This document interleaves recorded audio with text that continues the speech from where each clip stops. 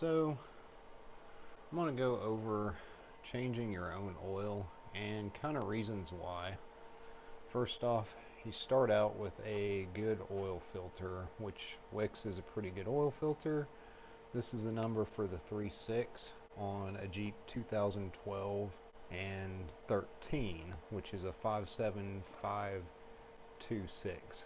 There is another number, I don't know it right offhand, but the later model 3.6s used a little bit different of a filter. So let's get started here. First off, you're going to need a 13 millimeter ratchet socket, and you're going to need 6 quarts of 530. Depending on what year yours is, it might say 520, or mine says 530 right there on the lid, but I would recommend putting 530 even if it says 520 or 020. It just is better for the engine. So what you're gonna need is get a good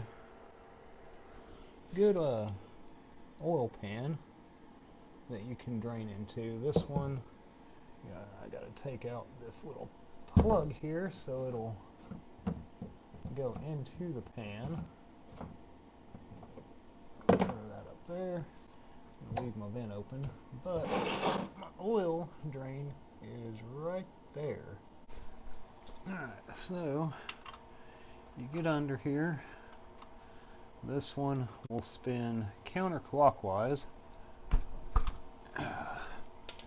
Just get it loose. I'll hold this up here. But main reason I'm saying, I'll get the pan out of your way in a minute, but the reason I'm saying is to change your own, because you don't know necessarily what kind of oil they're putting in your engine. They could mess it up, put the wrong brand or whatever into it.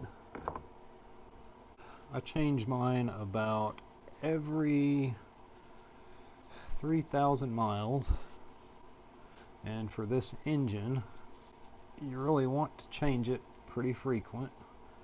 They have issues with wear on the rockers, on the cam. It's just the design it is. So the more frequent you change it, the better.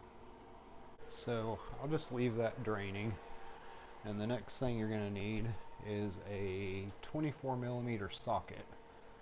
You're going to remove your cover here, set it aside. I got a mess going in the garage right now, but your filter will be right here underneath this little cap. So you're going to take a 24 millimeter and turn it counterclockwise. Now, a lot of oil change places cause you problems with this type of filter because the whole housing is plastic. So when we put it back in, I'll basically show you. You don't have to really tighten it a whole lot. Now I'll take a rag and lay over the alternator on this engine so we don't get oil dropping onto it. And you just lift your filter out just like that. So I'll take a pick. You always want to replace the little O-ring here. Just basically go underneath it and pull it off like that. Take your new one and slip it over there. A little bit of oil on that. Now all you gotta do, just take your filter, it kind of locks in, or clicks in, like that, so it won't fall. So you can slide it over right there, and basically just thread it in. And then you take and go clockwise. You'll feel when the O-ring starts to grab. Right there, done. You can feel it as soon as that cap touches down on it, and you're done. Don't crank it any harder, because you have a possibility of cracking your oil filter housing, or you'll have problems later when you go to take it off. When it's been heated up so many times, it kind of locks it onto it, and you can break it trying to get it back off.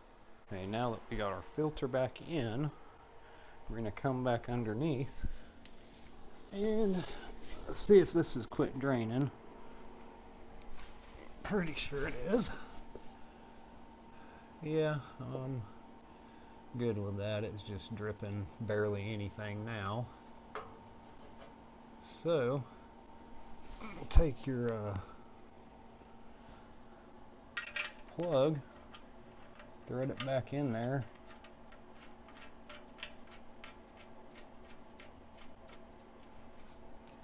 Get your 13 millimeter. Now your plug, you kind of want to get it pretty tight. That's good enough. Dry it off, and basically you're about done with your oil change. All you gotta do is get up top and fill it back up.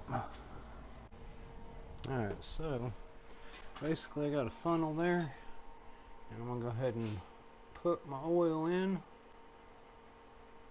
and then once you're done doing that, you pull your dipstick out, check it, make sure it's right, and you're ready to go.